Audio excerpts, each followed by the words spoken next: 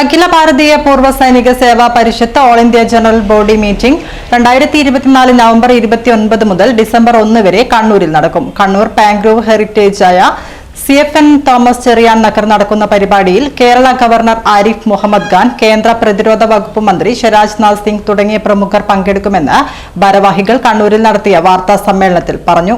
1999 ന്യൂഡൽഹിയിലാണ് അഖില ഭാരതീയ പൂർവ്വ സൈനിക സേവാ പരിഷത്ത് രൂപീകരിച്ച് പ്രവർത്തനം ആരംഭിച്ചത്.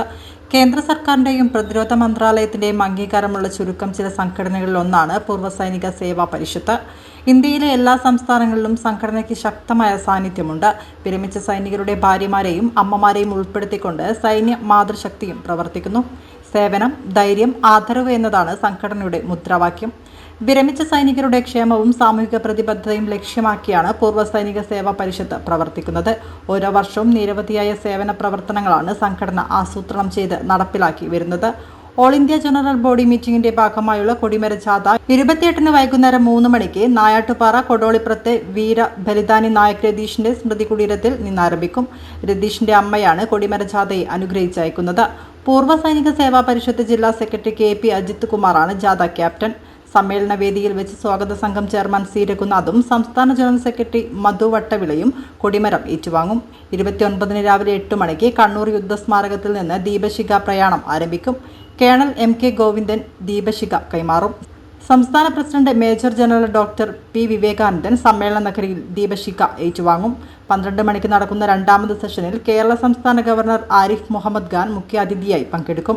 ഡിസംബർ 1-ന് 11 മണിക്ക് കേന്ദ്ര പ്രതിരോധ മന്ത്രി രാജ്നാഥ് സിംഗ് സമ്മേളനത്തെ അഭിസംബോധന ചെയ്യും. സ്വാഗത സംഘം chairman C Raghunath, national secretary Muralidhara Gopal, സംസ്ഥാന വൈസ് പ്രസിഡന്റ് PR രാജൻ, ജില്ലാ പ്രസിഡന്റ് C ഉണ്ണികൃഷ്ണൻ, സംസ്ഥാന രക്ഷാധികാരി കേണൽ K രാംദാസ്, സൈന്യ മാതൃശക്തി ജില്ലാ പ്രസിഡന്റ് കേണൽ സാവിത്രിയമ്മ എന്നിവർ വാർത്താ സമ്മേളനത്തിൽ പങ്കെടുത്തു.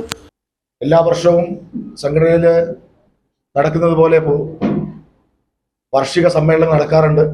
കഴിഞ്ഞ വർഷം അത് ജയ്പൂരിലായിരുന്നു, അതിനു മുന്നേ ലക്നൌവിലായിരുന്നു. അങ്ങനെ രാജ്യത്തിന്റെ വിവിധ ഭാഗങ്ങളിൽ സംഘടനയുടെ വാർഷിക സമ്മേളനം നടക്കുന്നുണ്ട്. കേരളത്തിൽ ഇത്രയും വിശാലമായ ഒരു സമ്മേളനം നടക്കുന്നത് ആദ്യമായിട്ടാണ്. മാത്രമല്ല, സംഘടന രജിസ്റ്റർ ചെയ്ത് പ്രവർത്തനം ആരംഭിച്ചതിന് ശേഷമുള്ള 25-ാം വർഷം എന്ന ഒരു പ്രാധാന്യവും ഈ സമ്മേളനത്തിലുണ്ട്. ഈ സമ്മേളനത്തിന്റെ കാര്യപരിപാടികൾ 3 ദിവസമാണ്. 29-ാം തീയതി കാലത്ത് നടക്കുന്ന സമ്മേളനം, അന്ന് സംഘടനയുടെ വേണമെങ്കിൽ നമുക്കൊരു ഇൻഡോർ മീറ്റിംഗ് എന്ന് പറയാം. സംഘടന പ്രധാനപ്പെട്ട ആളുകൾ ചേർന്നുള്ള മാനേജ്മെന്റ് കമ്മിറ്റിയുടെ മീറ്റിംഗ് ആണ്. 30-നും 1-നുമാണ് വിശാലമായിട്ടുള്ള ജനറൽ ബോഡി മീറ്റിംഗ് നടക്കുന്നത്.